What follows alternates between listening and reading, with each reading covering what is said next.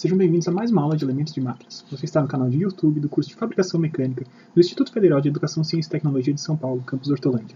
Eu sou o professor Augusto e nessa 12ª aula de elementos de máquinas nós vamos falar sobre correios, transmissão rotativa por correias e polias.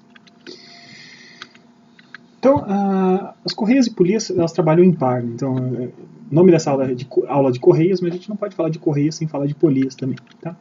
Então, basicamente, o sistema de transmissão baseado em correias e polias vai ter mais ou menos essa cara. Então, a gente vai ter o quê? A gente vai ter elementos flexíveis, né, que são essas tiras, essas bandas pretas que vocês estão vendo aí, que se enrolam ao redor de rodas que tem um determinado perfil, dependendo do tipo dessas bandas pretas, das correias. E essas rodas azuis aí que vocês estão vendo são chamadas de polias. Tá? Então, essas polias elas podem ser conectadas a eixos, da mesma forma como a gente viu que as engrenagens poderiam ser conectadas a eixos. E eu consigo fazer a transmissão então de potência entre um eixo que está ligado a um motor, por exemplo, essa rodinha azul menor aqui poderia estar ligada no motor, e acionando essa polia, através do atrito entre essa polia e os elementos flexíveis, que são as correias, a gente consegue transmitir essa potência para o outro lado, para essa outra roda, que pode estar conectada a um eixo movido, fazendo diversas coisas diferentes. Tá? Então as correias e polias têm diversas funções diferentes, né? Eu vou destacar algumas dessas funções, mas ao longo da aula a gente vai ver outras funções importantes que elas desempenham. Tá? Então a primeira função que a gente pode definir, né, especialmente fazendo a comparação com aquilo que a gente já tinha visto sobre engrenagens na aula passada, é que as correias elas conseguem realizar transmissões entre eixos que estão bastante distantes. A gente tinha visto que engrenagens conseguiam trocar a potência entre eixos, né? Elas passavam a potência que era acionada por um eixo motor para um eixo movido. Só que esses eixos não podiam estar muito distantes, porque as duas engrenagens que estavam conectando esses eixos, né, elas tinham que estar engrenadas, tinham que estar engajadas umas com relação às outras, né, com dentes tocando uma com relação às outras. Então essa distância era relativamente limitada, né, limitada pelos tamanhos das engrenagens. Se a gente teria dois eixos muito distantes, eu teria que fazer duas engrenagens muito grandes para que eles conseguissem fazer essa transmissão de potência. Ora, esse não é o caso nos correios. Eu posso ter polias, como vocês estão vendo aqui nessa figura, né, nessa figurinha aqui. Vocês podem ter polias de tamanho relativamente pequeno que estão com eixos relativamente distantes, né? Então, se vê o diâmetro dessa poliazinha menor e o diâmetro da poliazinha maior, vocês veem que a distância entre esses dois caras é muito maior do que esse diâmetro de qualquer uma dessas duas polias. Então, a gente consegue fazer essa transmissão de potência a eixos que estão a grandes distâncias. Tá? Isso pode ser bastante útil, né? As correias foram muito utilizadas lá no começo da Revolução Industrial, quando a gente começou a industrializar as fábricas, especialmente, porque naquela época a gente tinha uma geração centralizada de potência, né? As fábricas tinham, sei lá, caldeiras, turbinas, alguma coisa desse gênero que gerava potência, e a gente acionava diversos equipamentos diferentes com essa unidade centralizada de geração de potência. Então a gente tinha um lugar onde a gente gerava essa potência e conseguia distribuir a grandes distâncias utilizando essas correias, a potência de rotação que estava sendo gerada lá num lugar centralizado. Tá? Então essa é uma propriedade muito importante das correias e é uma das grandes vantagens das correias. Outra propriedade importante é que por conta delas serem fabricadas com elementos flexíveis, né, muitas vezes são fabricadas utilizando borracha, como a gente já vai ver um pouquinho mais para frente, e por conta da transmissão se dá através do atrito entre uma roda da polia e a engrenagem, a gente tem um efeito de suavização dos choques, né? Tanto pela elasticidade do próprio elemento transmissor de potência, né? A borracha ela vai ter um joguinho, ela vai ceder um pouco quando ela é solicitada muito subitamente, quando tem um pico de torque que está sendo transmitido, por exemplo. Quanto também se você acelera demais o motor, né? Você perdeu o controle da rotação do motor, você não vai tender a romper nada, não vai tender a quebrar nada nos eixos posteriores, porque simplesmente aquela roda, a polia que está conectada ao motor, ela vai girar mais rápido do que é possível transmitir com aquela correia, e simplesmente vai patinar, né? A correia vai ficar patinando ao redor desse eixo que está girando muito rapidamente, então a gente está suavizando. Tudo que está ligado depois desse eixo motor está sendo suavizado por conta das características das correias, especialmente o material de fabricação bastante elástico, e a propriedade de transmissão de potência através do atrito entre polia e correia. E finalmente, né, o último grande ponto que eu vou destacar aqui nesse slide introdutório sobre correias, né, é que as correias são capazes de realizar mudanças de eixo de rotação. Então, né, a gente tem um eixo que está recebendo potência, ele transmite para um outro eixo que pode estar a uma distância bastante grande, como a gente viu, e além disso, né, a gente tem uma vantagem sobre transmissão por engrenagens, por exemplo, que a gente não tem grandes exigências de paralelismo entre esses eixos. Tá? As engrenagens, para funcionarem bem, os dois eixos que estão conectados por engrenagens, eles teriam que estar perfeitamente paralelos para a gente não ter problemas no engrenamento desses dentes. Isso não é verdade nas polias, né? Como as polias são feitas de material flexível, né, as polias elas conseguem lidar bem com eixos que estão angulados de maneiras muito diferentes. Né? Então a gente pode utilizar isso de uma maneira inteligente. Né? Inclusive tem polias, por exemplo, que invertem o sentido de rotação, simplesmente botando uma polia cruzada, né, uma correia cruzada. Não sei se vai ter uma imagenzinha um pouquinho mais para frente, mas a gente pode inclusive jogar com essa propriedade de flexibilidade para fazer coisas muito diferentes. Né? Então dois eixos, eu posso virar um eixo do avesso, né, trançando uma polia que estava ali por cima. Na hora que essa polia se cruza ali no meio, a gente inverte a direção de rotação com um determinado eixo. Tá? Então, por conta da propriedade de flexibilidade das correias, a gente tem muitas possibilidades de ação diferentes. Tá? Então vamos ver um pouquinho mais sobre as correias. Né? Então a gente tem diversos tipos. Eu vou começar a falar sobre o processo de transmissão, como eu tenho feito para outros elementos de máquinas, né? Falando dos tipos de polias que existem. Tá? Vou mostrar para vocês algumas imagens que vêm lá da apostila do telecurso. Tá? Então as polias, né, elas podem ter formatos como polias de aro plano, polias de aro abaulado. Né? Polias de aro abaulado são mais comuns até do que polias de aro plano. Tá? Então a gente está vendo aqui, o que vocês estão enxergando é uma seção transversal, né? Estou fazendo um cortezinho da região da região mais externa, ali onde a correia vai ficar em contato. Tá? Então, polia de aro abaulado, bastante comum. Eu posso ter polias escalonadas de aro plano. Tá? Então, por uma mesma polia, eu consigo, mudando a posição da correia, se a correia está no diâmetro maior, no diâmetro médio ou no diâmetro mínimo, a gente vai mudando as relações de transmissão. Né? Lembrando, relações de transmissão que a gente viu já na aula de engrenagens, elas também estão presentes. A relação de transmissão também está presente aqui. Né? Sempre que a gente tem um elemento de transmissão rotativa, a gente vai falar sobre a relação de transmissão, que é a relação entre os diâmetros e as rotações, né? dos dois eixos que estão sendo conectados, seja qual for o princípio que você esteja utilizando. Tá?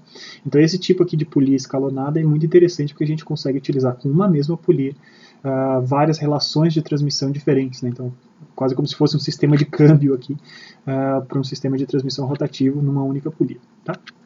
Mas além disso a gente tem outras coisas. Né? A gente tem polias escalonadas de aro abaulado, né? Então a gente tinha polias planas e abauladas aqui. Então, e aqui a gente tem polias escalonadas planas e polias escalonadas abauladas, mesma coisa. Além disso, a gente pode ter polias com guia. Então, você vê que tem duas paredinhas ali na lateral para evitar que a correia escape pelas laterais. Tá? E outros tipos muito importantes de polias são polias em V simples. Vocês estão vendo ali que a região que recebe a polia ela tem um corte trapezoidal ali em V.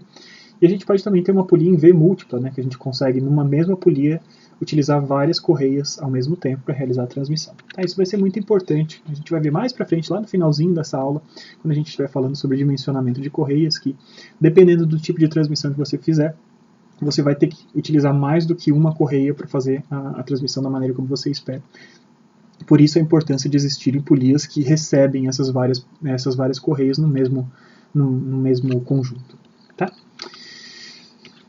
Então, como eu tinha falado, agora a gente vai encarar mais as correias em si. Tá? Então a gente viu que as polias são necessárias, né? As correias se comunicam com as polias, mas a gente vai focar bastante sobre o que acontece com as correias mesmo. Tá? Lembrem-se sempre, tudo que eu falar para as correias vou exigir uma correspondente polia que aceite, entre aspas, e que consiga fazer a transmissão da correia do tipo que eu estiver falando. Tá?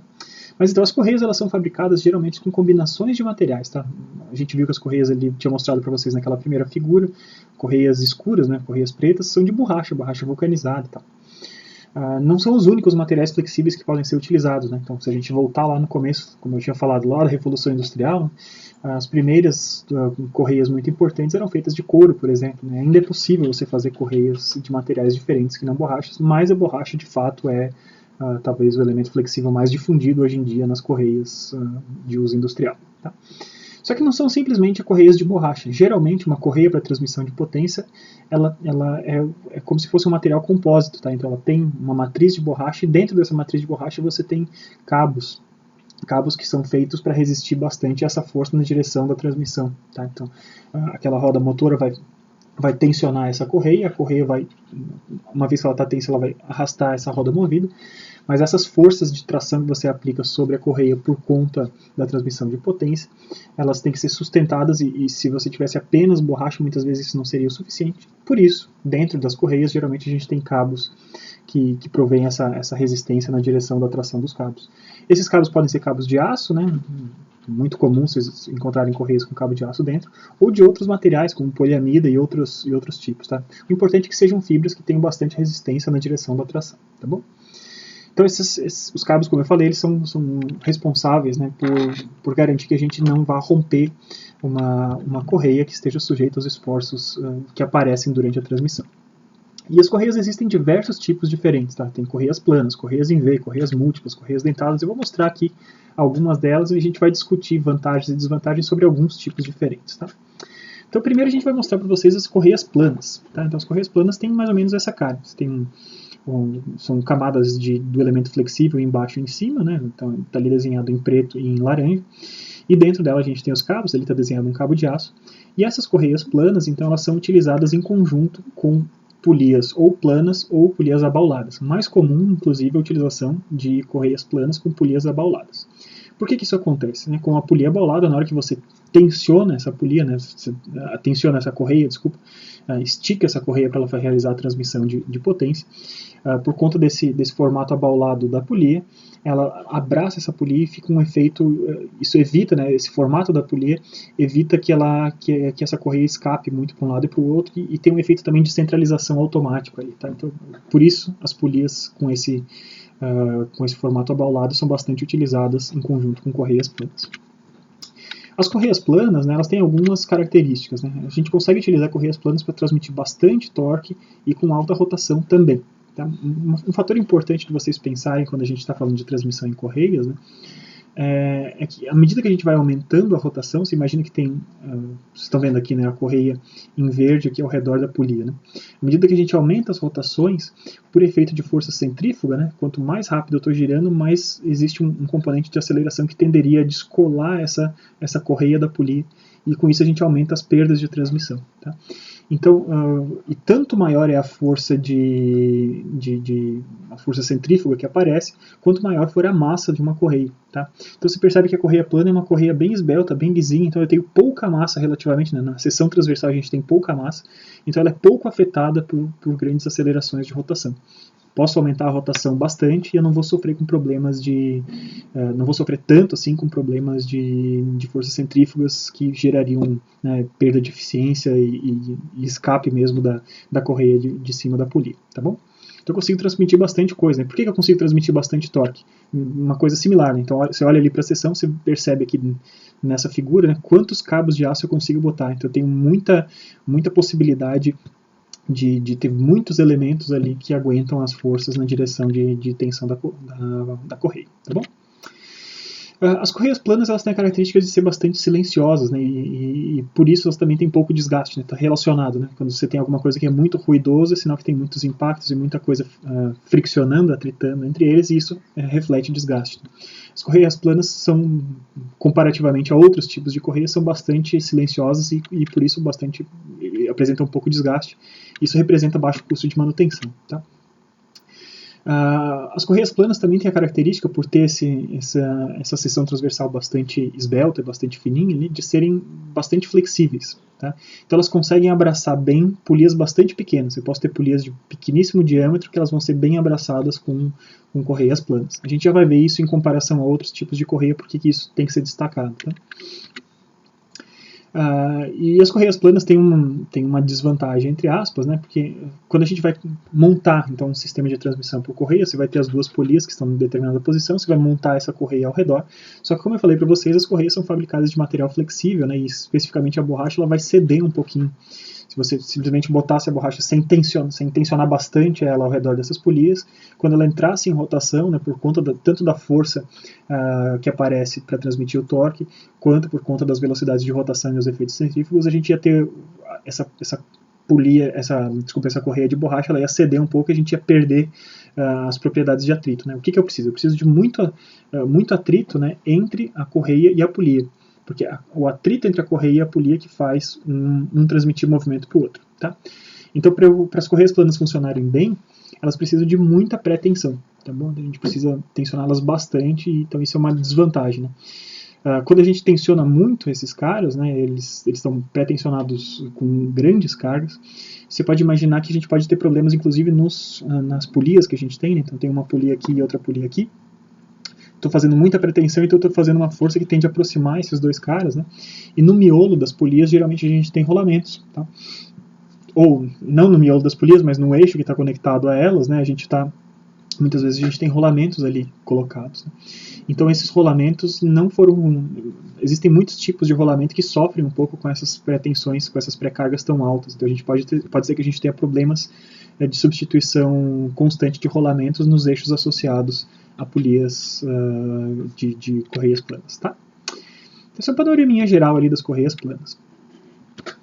Só que claro que não são o único tipo de correias que a gente tem, tá? Vamos um pouquinho mais adiante. Então, outro tipo bastante comum de correias que a gente tem são correias em V, ou correias trapezoidais, tá? Existem correias em V e trapezoidais. Eu estou mostrando as duas juntas porque é uma diferença muito sutil entre esses dois tipos de correias, tá?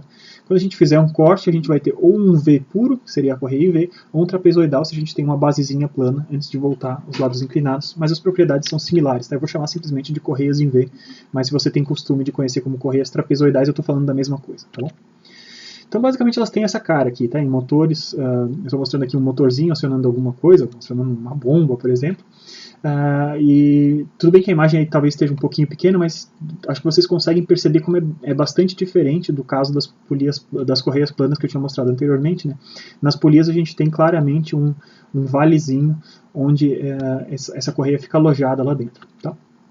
Então, basicamente, a estrutura das correias em V é mais ou menos desse jeito, tá? Então, a gente tem... Na hora que eu faço um corte, né, a gente vai ver claramente aparecer duas seções, duas laterais que estão inclinadas, né, por isso esse V, né, tem um formato de V. E dentro dela a gente tem de novo uma estrutura com materiais flexíveis, né, combinada com elementos, com cabos para sustentar as forças de transmissão.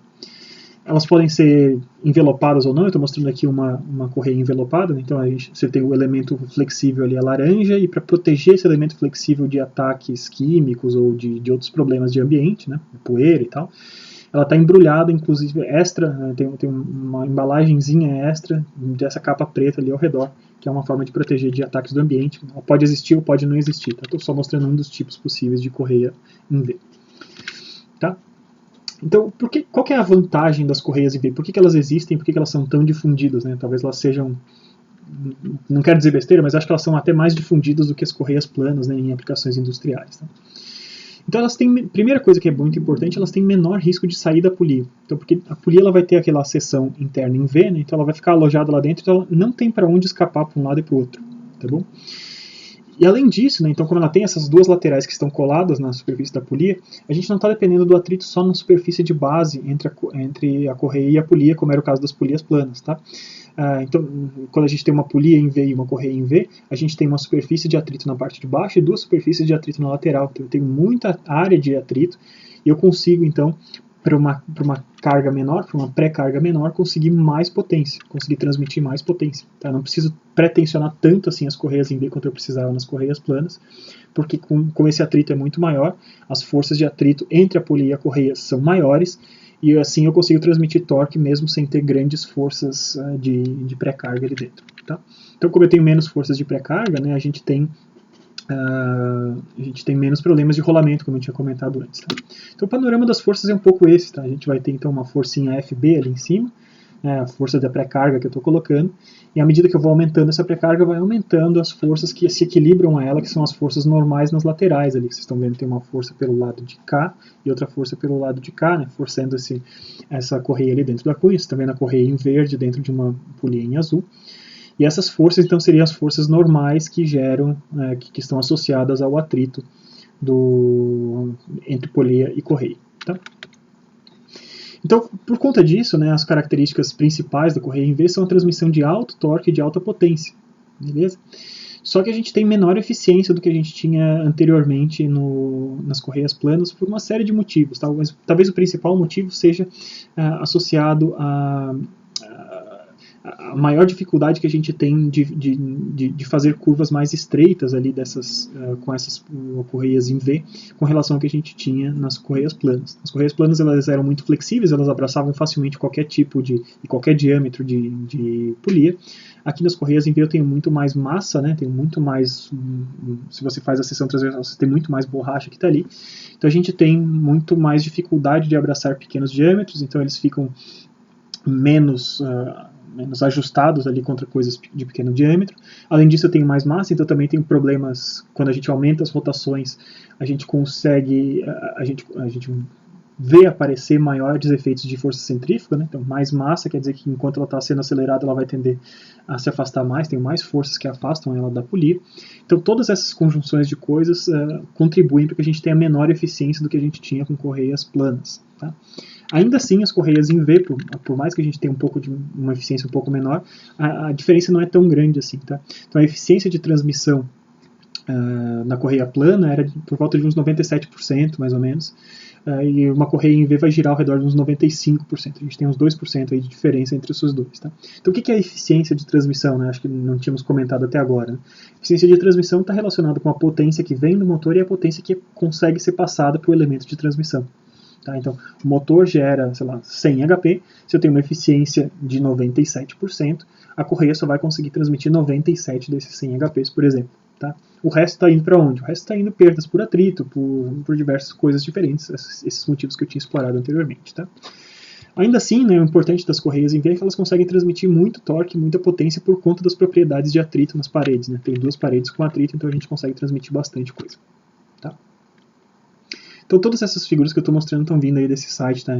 Tech Science, que eu até recomendo vocês a estudarem, né? Eles têm uma parte extensa, bastante extensa, sobre transmissões de correia, muito completa, e não só sobre transmissões de correia, sobre engrenagens, outros tipos de temas técnicos também. Eu recomendo vocês a verem esse site, tá? Então, seguindo adiante, né, a gente vai continuar falando um pouquinho sobre perfis de correia em V, que, então, como eu falei para vocês, é talvez o tipo de correia em V mais relevante em termos de aplicações industriais. Tá? E a gente vai ver que existem diferentes perfis de correia em V. Então, se eu fizer um corte numa seção transversal, eu mostrei para vocês que a estrutura básica de uma correia em V, a gente vai ver que a gente tem possibilidades diferentes ali para realizar para ter uma correia em V, a gente tem, mesmo dentro dela, a gente tem possibilidades diferentes. Tá? Então, eu destaco para vocês, basicamente, né, uma distinção bastante interessante entre as correntes padrão, tá, standard, e as correias estreitas. Então, a gente vai ter correias padrão, eu já vou mostrar para vocês os nomes desses padrões, geralmente é A, B, C, D, uma correia padrão, e quando a gente passa para correias estreitas, ele ganha um nome diferente, né? Pode ser 3V, 5V, 8V. Tá? Então as correias estreitas, elas têm a propriedade de transmitir tanto torque quanto a gente conseguia transmitir com as correntes standard, né? Porque eles têm basicamente o mesmo tamanho de lateral para um perfil que tem mais ou menos a mesma altura. Isso me reduz um pouco aqueles problemas que eu tinha falado para vocês de forças centrífugas e tal, porque eu tenho muito menos massa, né? Então, quanto mais estreita for essa correia, menos massa eu tenho, menos problemas com velocidades e com força centrífuga. Tá? Então, por isso, os perfis estreitos, muitas vezes, eles são preferidos quando a gente tem que transferir bastante potência do motor. Tá? Então, a gente tem as superfícies laterais bastante grandes, conseguem realizar aquela transmissão de bastante potência. E eles conseguem trabalhar a maior velocidade do que os perfis padrão de correia, os perfis standard. Tá? Para compensar o problema que a gente tem de abraçar polias de pequeno diâmetro, né, é possível que essas polias sejam estriadas. Tá? Então, a figurinha aqui está relativamente pequena, mas eu espero que vocês consigam ver que, ao contrário da gente ter uma correia, se eu olhasse ela de lado, né, ela ser totalmente contínua na parte de baixo, observe aqui o que está acontecendo. Está sendo mostrado em corte, né, foi apagado um pedaço da polia verde para vocês verem o formato dessa correia estriada. Tá? Então a gente está removendo a cada certa distância uma certa quantidade de material. Né? Imagina que eu tivesse passado uma fresinha removendo um pouquinho de material a distâncias padrão. Isso faz o quê? Isso faz com que a gente tenha menos material na parte baixa da corrente, e a parte baixa da corrente da correia é aquela que vai abraçar a polia. Tá? Então, com isso, utilizando correias estriadas, a gente tem possibilidade de abraçar abraçar menores diâmetros de polia. Tá? Então, agora uma coisa importante da gente pensar, né, que abraçar coisas de pequeno diâmetro tal, tem a ver com uma propriedade muito importante, tá, que não só para as correias em V, para todos os tipos de correia, é uma das coisas que define a eficiência e define a transferência de potência, que é o que a gente chama de ângulo de abraçamento. Tá? Então, olha só, o ângulo de abraçamento ele vai ser mostrado aqui para eixos de diferentes diâmetros. Tá? Então, a gente tem essa polia verde, que está associada a uma correia em V que está desenhado o perfil transversal dessa maneira, e ela vai estar associada a diferentes diâmetros da outra polia. Vocês vão ver o que vai acontecer, tá? Então vamos lá, o videozinho vai começar a tocar, espero que sim.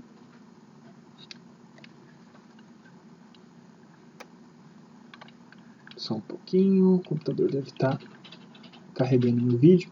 Então vocês vão ver que a gente tem... Eu tinha que clicar. Então olha só, se a outra polia é muito grande, né, um diâmetro muito grande, vocês vão vendo que fica folgado e a gente tem uma característica de abraçamento diferente. Né? Quando a gente reduz o tamanho da outra polia, ela vai assentar de formas diferentes. Vamos ver de novo aqui o videozinho, tá? Então observem o que está acontecendo. Aumentei o diâmetro, ela vai abraçar de uma certa maneira. Se aumentei demais, ela começa a perder contato na parte de baixo. E na medida que eu tenho um diâmetro cada vez menor, ela está assentada, mas não está encostando na parte da parte de cima ali, tá? Então vocês estão vendo que tem basicamente um diâmetro aí, dependendo do diâmetro das duas polias, da relação de transmissão que eu tenho uma condição de abraçamento diferente. E esse ângulo de abraçamento, né, o quanto das polias tá encostando, o quanto da polia está sendo abraçada pela correia de forma efetiva, né, vai definir quanta área está agindo em determinado momento para realizar a transmissão de torque, para realizar a transmissão de potência, tá bom? Então, utilizar perfis estreitos, utilizar perfis ou correias estriadas que permitem melhor abraçamento de polias menores, né, a gente consegue realizar maior transmissão de potência, né, por conta disso, porque a gente tem ângulos de abraçamento, são possíveis ângulos de abraçamento muito mais interessantes para a gente. Né? Vamos ver de novo ali o diâmetro aumentando e a condição de contato. Né? O que é importante a gente perceber é o contato entre as laterais da polia e as laterais da correia, que é por ali que está ocorrendo a transmissão de potência. Tá? Então, seguindo adiante, então agora vamos continuar falando sobre perfis diferentes de correias em V. Eu vou mostrar, não só de correias em V, né, eu vou mostrar de outras correias diferentes. Tá? Então existem correias, né, além das correias planas e correias em V, existem outros tipos de correia que a gente não vai entrar em grandes detalhes aqui. Tá? Então um dos tipos de correia possíveis, né, são correias de extrema largura, bastante grandes, assim, né, onde a gente vai combinar um pouquinho essa grande largura com muitos elementos que resistem às forças de tração, com as propriedades de paredes em V. Então, estou combinando o melhor do que existia das correias planas com as correias em V, nesse caso. Né. Além disso, eu posso ter correias em V múltiplas. Tá? Então, você percebe aqui, né? É como se eu tivesse 3 correias em V, uma do lado da outra, todas elas que estão unidas aqui por essa parte de material azul aqui em cima. Tá? Então isso está associado àqueles casos em que é necessário mais do que uma correia para realizar a transmissão de uma determinada potência, numa determinada condição de rotação, por exemplo. Tá? Além disso, existem correntes cuja seção transversal é hexagonal. Então, basicamente, o que são essas correntes? Essas correias, desculpa. Tá? Essas correias são como se eu tivesse 2 correias em V, uma em cima da outra. Quando eu utilizo essas correias? Eu utilizo basicamente quando eu tiver que passar, por exemplo, por dentro de uma polia, as correias passando, um lado de uma polia ela está abraçada por dentro, um lado da correia está abraçado na polia de um dos lados, e eu consigo utilizar o outro lado da polia também para abraçar outra correia ali dentro. Né? Então, dos dois lados eu vou ter aquele efeito de cunha, de entrar bastante dentro de uma canaleta de polia para realizar a transmissão. Tá? Isso é uma das vantagens desse tipo de corrente de perfil hexagonal. Tá? São esses tipos têm sua relevância, têm sua importância e tudo, mas a gente não vai entrar muito em detalhes aqui. Né? De novo, né? Sempre lembro vocês de novo. Nosso objetivo é mostrar para vocês o que existe, mas não esgotar todas as possibilidades de cada um deles, porque senão a gente faria um curso de duração infinita, vamos dizer assim. Né? Cada um desses perfis de correia e contextos, tipos de elementos de máquina, concederiam possibilidades da gente fazer cursos inteiros só sobre cada um desses tipos. Tá? Então não é nosso objetivo é passar um panorama sobre elementos de máquinas. Tá? Então observe o que acontece aqui na transmissão, né? Vocês estão vendo que das correntes hexagonais, né, elas estão trabalhando de um lado e de outro, né? A parte de baixo da correia está abraçada numa das polias e a parte de cima está abraçada em outra das polias por conta de disposições diferentes. Né? Então tem um sistema aí com vários eixos acionados por um mesmo motor e eu consigo fazer isso dessa forma, utilizando correias hexagonais. Tá? E além disso, então, eu acho que o último tipo muito importante de correias que a gente vai estudar, né, eu vou até aparecer aqui dentro dela, tudo que é vermelhinho eu consigo aparecer ali no meio. Então essas correias que eu estou mostrando aqui para vocês são correias dentadas. Tá? Então você já deve ter ouvido falar desse nome, né? Correntes dentadas ou correias síncronas, né? E elas são muito importantes quando a gente precisa ter muita sincronia entre os dois eixos. Eu falei para vocês que para as correias planas e para as correias em V, o princípio de transmissão era o atrito entre a polia e a correia, e eu falei que poderia ocorrer escorregamento entre atrito e polia, né? Entre polia e correia. O que acontece? Né? Tem alguns tipos de aplicação para os quais eu não posso ter deslizamento como esse. Né? Então imagina que eu tenho um motorzinho que está girando alguma coisa que tem que ter uma posição muito precisa. Né? Então um motorzinho que aciona, por exemplo, um eixo de movimentação de uma mesa XY, por exemplo, numa impressora 3D. Tá? A impressora 3D ela vai ter uma mesa que se movimenta em XY, eu tenho que garantir que esse cara esteja numa determinada posição. Eu não posso patinar. Se esse motor patinar, eu vou perder qual que é a minha referência, vou perder a noção de onde está a minha mesa num determinado ponto. Então, quando essas duas coisas têm que girar sincronamente, né, a gente vai utilizar esse tipo de correias, tá, correias dentadas, e essas correias dentadas são associadas a rodas dentadas também. Então, as polias têm canaizinhos que abraçam esses dentes numa posição bem específica. Então, é impossível a gente ter deslizamento e perder a referência entre esses dois. Né? Qualquer pequena rotação que aconteça, ou rotação muito rápida que aconteça do eixo motor, o eixo verde, vai ser transmitido correspondentemente no eixo vermelho, segundo a relação de transmissão. Tá? Então é um tipo muito relevante de correias que a gente tem. Pois bem, então continuando aqui nosso estudo de correias, né, a gente vai começar a falar sobre outros temas. Então, agora que a gente viu os tipos de correias que existem, a gente falou sobre os tipos de polias e tipos de correias. Vocês viram que os dois conversam, né? Os tipos de polia que a gente tinha mostrado estão associados aos tipos de correia que eu mostrei logo em seguida. Mas qualquer que seja o tipo de correia que a gente está utilizando, quando uma correia está trabalhando em transmissão, a gente vai identificar sempre a existência de um ramo, de uma parte da correia que está tensionada e de uma parte da correia que está frouxa. Tá? Então, eu vou mostrar aqui para vocês. Tá? Acho que é um videozinho também, né? Então, deixa eu mostrar aqui. Vamos lá, ligar o videozinho.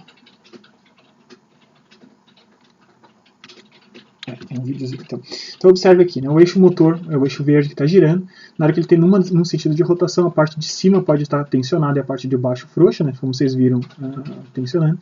Na hora que eu inverto o sentido de rotação, eu posso ter um lado tenso na parte de baixo e o lado frouxo na parte de cima. Tá bom? Então, dependendo do sentido de rotação, a gente pode alterar qual que é o lado tenso e qual que é o lado frouxo, o ramo tenso e o ramo frouxo de uma correia, mas é sempre importante vocês saberem que existe um lado que está sendo tracionado e outro lado que está menos sendo tracionado, dependendo do sentido de rotação do eixo principal. Tá? O eixo principal está girando, ele está tensionando essa correia, e esse lado mais tenso que faz a outra roda girar, enquanto que o lado oposto da correia está simplesmente sendo meio que arrastado, entre aspas. Tá? Ela tem uma certa força por conta da pré-carga, né? Então ela até atrapalha, entre aspas, um pouco a transmissão de torque que está acontecendo ali, mas o que está sendo responsável efetivamente, né, por transmitir o torque de um lado para o outro é sempre o ramo tenso. Tá? Então é importante vocês verem isso, tá? Aqui, ó. Quando a gente tem, deixa eu aparecer de novo aqui no meu vermelhinho, né? Então quando a gente tem o lado tenso está aqui na parte de cima, né, nessa correia que eu estou mostrando, e o lado frouxo está na parte de baixo. Vocês vão ver então que aparece uma força do ramo tenso, que ele está chamando aqui na figura de FT, eu prefiro chamar de F1, tá? O lado tenso eu vou chamar sempre de 1. Então vocês percebem que o que é constante no que é a transmissão de força, como eu tenho o mesmo cabo, a força que brota aqui do eixo motor, que é o eixo verde, né, ele está sendo rotacionado ali no sentido anti-horário. Isso faz com que essa corda seja puxada e gere uma força de tração nesse sentido que está sendo mostrado. E como eu tenho a mesma corda, essa força está sendo aplicada nesse outro ponto aqui. Né? Então o F1 age aqui, saindo aqui da roda motor e entrando na roda movida. Enquanto que no lado frouxo, por conta da pré-tensão que a gente tem e tal, ele tem também uma pequena força, mas é uma força bem menor. Tá? Então, vocês estão vendo aí que o FS, que ele está chamando ali, que eu vou preferir chamar de F2, tem um tamaninho menor, e ele age dos dois lados também. Então, num determinado ponto que a gente tiver, né, a força efetiva que está sendo transmitida, que pode ser utilizada para gerar torque, né, vai ser a força líquida entre esses dois casos. Né? Eu vou ter uma força do lado tenso, puxando, e uma força do lado frouxo, resistindo um pouquinho. Então, a força líquida, a força que faz o eixo movido ser movido, é basicamente a diferença entre esses dois caras. Tá? Então, olha ali, a força que é responsável pela tração, tá? Pelo torque, como a gente tinha chamado anteriormente lá quando a gente estudou as engrenagens, tá? A força que é tangencial à roda movida, vai ser a diferença entre a tensão do ramo tenso e a força do ramo frouxo. Tá bom? Para que é interessante eu saber quanto é que vale essa força que gera torque, essa força tangencial à roda movida? Tá? Então essa força tangencial, da mesma forma como a gente tinha visto lá para engrenagens, é essa força que é responsável pela geração do torque em si. Então, quanto torque eu estou conseguindo transmitir para esse eixo vermelho aqui onde eu estou aparecendo no meio? Tá? Então eu tenho essa força líquida F1 menos F2, está sendo aplicada ali na parte tangente dessa polia, e o torque que eu estou transmitindo para o eixo central dela basicamente vai ser essa força vezes o raio dessa polia, né, vezes o diâmetro dessa polia sobre 2. E vocês observam então que a força tangencial, como eu falei para vocês, por conta da correia ser contínua, ela é constante nos dois lados. Tá? Então ela é constante no lado motor, no eixo motor, quanto no eixo movido. Então, a partir das forças, como essa força de torque é igual nos dois lados, ali a gente consegue obter relações entre diâmetros e torques. Né? É o mesmo tipo de relação que a gente tinha antes, né? E a gente vai ver que isso tem a ver muito com a relação de transmissão. Tá? Então, se eu cortar ali as coisas que são iguais, como o FT é igual nos dois lados, né? Eu posso cortar as expressões ali do 2 e o 2, e a gente percebe que o diâmetro 2 sobre o diâmetro 1 vai ser igual ao torque 1 sobre o torque 2. Tá? O torque 2 sobre o torque 1, desculpa. Tá? Então, quanto maior for o diâmetro que eu tenho na minha polia, maior vai ser o torque que está sendo transmitido. Quanto menor o diâmetro, menor vai ser o torque que está sendo transmitido. Tá?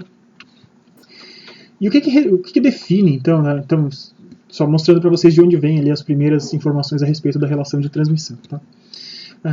Então, o que define o quanto de força eu tenho no ramo tenso e quanto eu tenho de força no ramo frouxo? Né? Quanto que vale F1 e F2? A relação entre esses dois caras tem a ver, aí sim, com relações de atrito. Tá? Então, dependendo do material e da relação entre materiais que a gente tem e de quanto que é o ângulo de abraçamento que a gente tem entre esses, da correia ao redor das polias, tá? A gente vai ter ângulos diferentes. Tá? Os ângulos de abraçamento são esses ângulos alfa que eu tenho ali. Tá, e a gente vai pegar o ângulo de abraçamento sempre, tudo que a gente for fazer de dimensionamento de polias, tá associado muito ao que acontece na polia motora, que geralmente é a polia de menor diâmetro. Essa é a polia crítica porque é a polia que tem menos ângulo de abraçamento. Né? É só olharem na figura de vocês conseguem perceber que o ângulo de abraçamento na polia motora é muito menor do que da polia movida. Então, o ângulo de abraçamento da polia motora, tá, multiplicado ali pelo coeficiente de atrito entre o material da correia e o material da polia. Se eu pego o número E, a base do logaritmo natural, e elevo a esse produto, né, do ângulo em radianos vezes essa relação, isso é uma relação de atrito, né, que faz com que a gente consiga ter uma relação entre as forças do lado tenso e do lado frouxo. Tá? A gente não vai fazer nenhum problema envolvendo essas coisas, mas eu acho que é importante vocês saberem, vocês terem a noção de onde que aparece esse atrito. Eu falei tanto para vocês que a transmissão se dá por efeito de atrito, né, e acho que é interessante vocês visualizarem, né, quais são as formas relacionadas ao atrito que aparecem ali.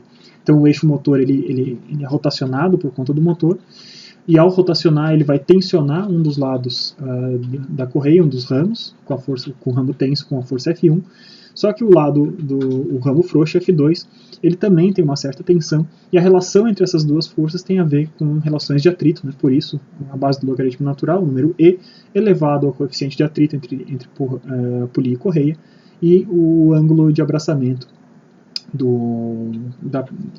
da polia menor. Tá? Muito bem. Então, seguindo adiante, né, a gente tem agora, vamos falar um pouquinho mais sobre ângulo de abraçamento, né, como ele apareceu ali antes nessas relações, a gente já falou um pouco sobre ele, vamos falar um pouquinho mais sobre ele. Tá?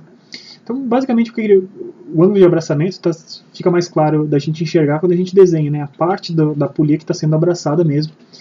Quando a gente olha, então, o eixo motor e o eixo movido, fica muito claro porque que o eixo motor é o eixo crítico, né, o eixo que a gente tem muito menos ângulo de abraçamento. Tá? A polia de diâmetro menor, na verdade, né, geralmente o eixo motor tem um diâmetro menor do que o eixo movido, não é sempre o caso, mas geralmente é o caso. Então, seja qual for o par de engrenagens que a gente está, a engrenagem de diâmetro menor vai ter um ângulo de abraçamento menor. E o ângulo de abraçamento influencia fortemente a quantidade de potência que eu posso transmitir, porque aquele atrito que está agindo entre polia e correia, ele age somente ao longo do arco definido pelo tamanho desse ângulo. Então, se esse ângulo é muito pequeno, a gente tem um arco bastante pequeno, né, uma superfície bastante curta, ao longo do qual eu posso ter algum tipo de atrito para realizar a transmissão de potência. Tá? Então, é muito importante a gente ter sempre o máximo ângulo de abraçamento possível para a gente conseguir transmitir o máximo de potência com menos perdas. Tá? Então, quanto menor for a distância entre as polias, menor é o ângulo de abraçamento, né, de menor diâmetro. A gente tinha visto esses efeitos ali anteriormente, né, a gente tinha feito a comparação, né, naquele videozinho anterior entre polias de diferentes diâmetros. Eu tinha uma polia constante associada a polias bem grandes e polias bem pequenas, e a gente viu como isso influenciava no ângulo de abraçamento. Tá? E isso também é verdade para duas polias que têm o mesmo tamanho. À medida que eu vou aproximando essas duas polias, eu estou fazendo com que o abraçamento fique cada vez menor. Né? Então imagine que eu estou pegando essa rodinha, essa engrenagem vermelha, e estou aproximando da engrenagem verde, né? Está chegando cada vez mais perto. À medida que ela está chegando cada vez mais perto, vocês conseguem imaginar que esse ângulo de abraçamento verde ali, que era cada vez menor, ele vai ficando, que era de um determinado tamanho, ele vai ficando cada vez menor por conta da proximidade entre esses dois. Tá? Tudo isso para dizer para vocês o quê? A gente tem então uma distância entre centros mínima, né? A gente não pode ter qualquer tipo de distância entre centros. Eu não posso ter duas polias muito próximas, com centros muito próximos entre eles, porque a gente está reduzindo muito fortemente o ângulo de abraçamento. E o ângulo de abraçamento pequeno é uma transmissão de potência menor. Tá? Outra coisa que influi no ângulo de abraçamento é a posição do ramo tenso. Tá? Então, se eu tenho um plano, se está no plano vertical aqui, tá? A gente pode ter, como eu tinha visto, como a gente tinha mostrado no vídeo anterior, a gente pode ter o ramo tenso na parte de cima ou na parte de baixo. Isso, dependendo da escolha que você fizer, isso também tem uma influência sobre o ângulo de abraçamento. Tá? Então, vocês observem aqui no gifzinho que eu estou mostrando para vocês, né, quando o ramo tenso está na parte de cima, o ramo frouxo está na parte de baixo, isso reduz o ângulo de abraçamento. Se eu só invertesse a posição do ramo tenso e do ramo frouxo, né, o ramo tenso fica na parte de baixo, o ramo frouxo fica na parte de cima, observe como aumentam os ângulos de abraçamento nas duas polias, tanto na polia motora quanto na polia movida. Tá? Então, pensar nisso de uma maneira inteligente na hora que você está construindo o seu sistema, né, se você conseguir posicionar o motor e os eixos um com relação ao outro de uma maneira inteligente, isso vai ajudar com que você tenha maior ângulo de abraçamento e mais eficiência na sua transmissão. Tá? Para resolver problemas de ângulo de abraçamento, né, é que existem alguns tipos de solução que são você adicionar mais polias, né, num sistema, polias que não são associadas à transmissão de potência, são polias que simplesmente estão lá para aumentar o ângulo de abraçamento. Então a gente tem tanto esticadores quanto tensores de correia. Tá? Então observa ali o que acontece quando a gente tem um sistema de transmissão sem um abraçador, sem um esticador e com um esticador. Tá vendo? Um esticador é simplesmente uma roda boba, né? Você põe ali ela conectada à correia, e ela está aumentando, o caminho que tem que ser percorrido pela correia, e ao fazer isso ela aumenta o ângulo de abraçamento nas duas rodas, na roda motor e na roda movida. Tá? Tensor de correia ele faz a mesma coisa, mas no tensor de correia geralmente você está associando essa rodinha com uma mola, por exemplo, ou um sistema de amortecimento, né, para você garantir que essa correia sempre tenha a mesma tensão. Tá? Então você tem uma roda, um esticador como esse parado numa única posição, ao longo do funcionamento você pode ter variações do nível de tensão da correia e em alguns casos você pode induzir sobrecarga na correia. Se usa um sistema mais sofisticado de tensor de correia, que eu não estou mostrando aqui em nenhuma figura, mas podem ir atrás, tá? Se usa um sistema de tensor de correia associado a uma mola, né? Então a posição dessa polia adicional está definida por conta de uma mola. Na hora que por algum motivo a gente aumentou as tensões, essa mola vai ser retraída e a gente vai manter o mesmo nível de tensão de correia. Essa roda fica móvel e a gente consegue manter o mesmo nível de tensão de correia movimentando a posição. Tá? Mas a função tanto dos esticadores quanto dos tensores de correia é aumentar o ângulo de abraçamento, e aumentando o ângulo de abraçamento eu aumento esse arco de contato entre correia e polia, e com esse arco de contato cada vez maior eu consigo ter mais área ao longo do qual eu faço atrito, e com mais área que eu faço atrito eu consigo transmitir mais potência e mais torque. Tá bom? Muito bem, então vamos seguindo adiante, né? Já falamos sobre diversos temas diferentes, né? A gente já falou sobre ângulos, já falou sobre construção de polias, construções de correias, a gente já falou sobre efeitos de atrito, a gente já falou sobre ramo frouxo e ramo tenso e como que isso nos ajuda a encontrar qual é a força que gera o torque, a força associada à transmissão de torque. Tá? E agora a gente vai seguir para fazer, antes da gente passar para a parte de dimensionamento, que é a parte que mais nos interessa em todas as nossas aulas ao longo desse curso, né? Fechando um pouquinho aqui esse panorama inicial mais teórico dessa aula 12, tá? A gente vai falar um pouquinho sobre vantagens e desvantagens de transmissão por correia. Tá? Você pode achar em diversos autores diferentes, o autor que eu estou citando aqui é o pessoal do site TechScience, onde eu tirei o restante das coisas, mas você pode achar essas mesmas informações ou informações adicionais também em outros autores. Tá? É simplesmente uma escolha que eu trouxe aqui. Então, entre as vantagens de transmissão por correias que a gente tem, Como eu tinha falado lá no comecinho, né, fica muito claro que a gente consegue cobrir maiores distâncias entre eixos do que eu conseguia com engrenagens. Como eu não preciso ter dois eixos, duas rodas encostando uma na outra engrenadas, tá? Eu posso ter essas polias bastante distantes e a transmissão está sendo realizada pela correia, eu consigo ter eixos bastante distantes uns dos outros, e isso muitas vezes é vantajoso, né? Então, se esse é o caso no seu equipamento, é interessante você utilizar a correia, tá? Por conta da fabricação desse material e do princípio de transmissão de potência, por a gente ter materiais flexíveis e pela transmissão de potência se dá por atrito, né, muitas vezes, né, tirando rodas dentadas, né, e correias dentadas, quando a gente tem correias lisas, né, no final, por conta desses dois fatores, de elementos flexíveis e transmissão por atrito, a gente tem uma função de proteção contra sobrecarga. Se acontece alguma coisa no seu sistema, eu tenho um pico de carga, um pico de torque, né, eu não vou quebrar, é muito difícil eu quebrar alguma coisa dentro de um sistema mecânico, porque a gente tem tanto a correia flexível, ela consegue se esticar um pouquinho, ela tem um joguinho ali que ela consegue absorver qualquer tipo, um pouquinho de choque, tá? Quanto a gente pode ter um deslizamento entre a correia e a polia, fazendo com que a gente tenha um pouco de perda de potência, sim, mas existe um efeito de proteção, tá? No sistema como um todo. Além disso, né, como eu tinha falado para vocês, existe uma tolerância do desalinhamento entre eixos. Né? Como esse elemento é flexível, a gente não precisa que os dois eixos estejam perfeitamente paralelos entre eles, eu posso ter ângulos, né, não preciso ser tão cuidadoso com isso.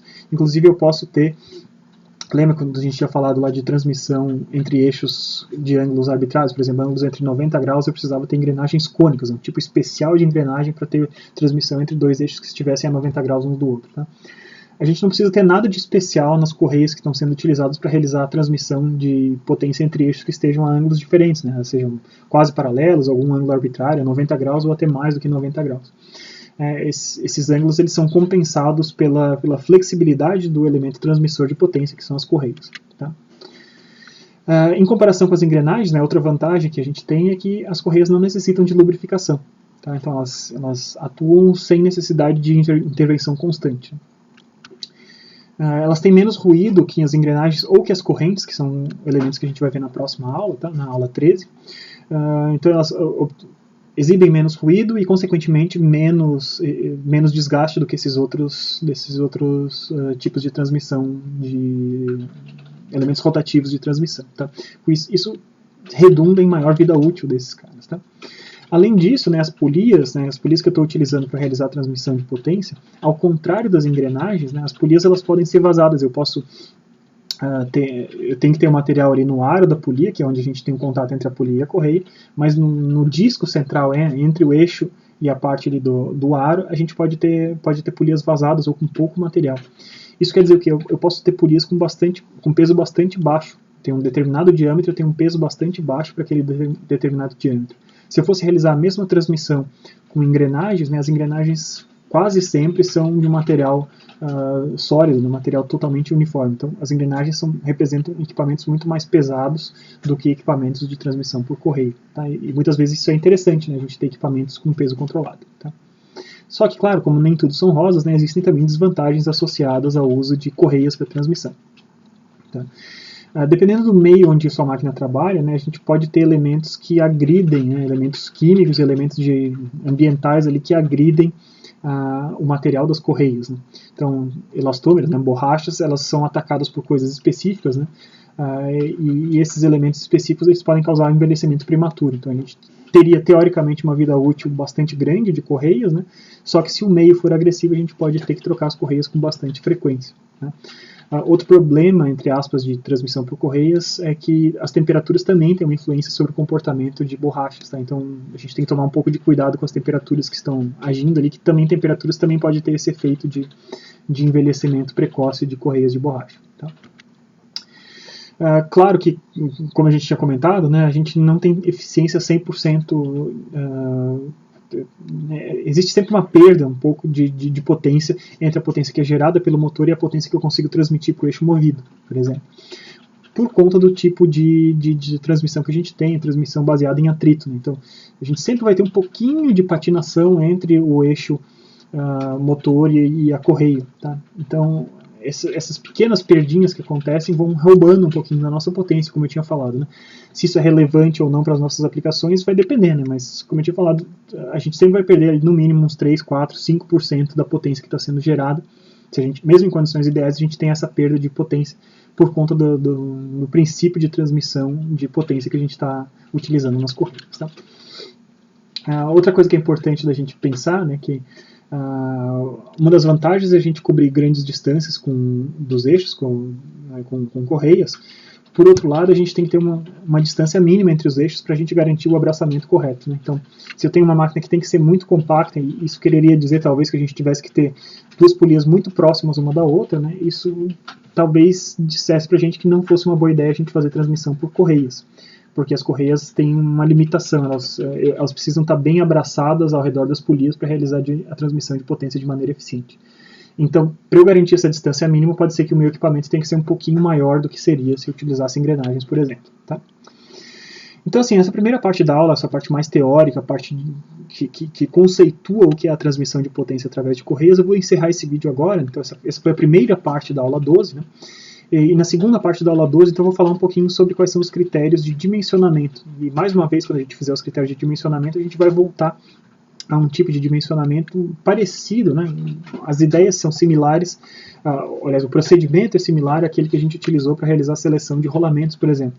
Então, a seleção de correias em V, especificamente, a gente vai focar nas correias em V, ela está baseada muito em busca de dados tabelados por fabricantes, né? Encontrar pontos em gráficos e tabelas e encontrar quais são as correias padrão disponíveis que atendem determinados critérios. Tá? Então, a gente vai fazer isso na segunda parte do vídeo, na segunda parte dessa aula. Eu vou encerrar porque a gente já está com mais de 50 minutos de vídeo. Se vocês tiverem dúvidas, então, se tiveram dúvidas sobre essa parte introdutória da teoria de transmissão de potência por correias, deixem aqui nos comentários do vídeo ou usem o fórum do Moodle, tá? Mas muito em breve, então, logo em seguida, eu vou gravar um outro vídeo onde a gente vai falar sobre dimensionamento de correias, né, da seleção de correias em V, tá bom? Muito obrigado pela atenção de vocês, gente. Logo a gente volta com mais vídeos de elementos de máquinas. Até logo, gente. Valeu!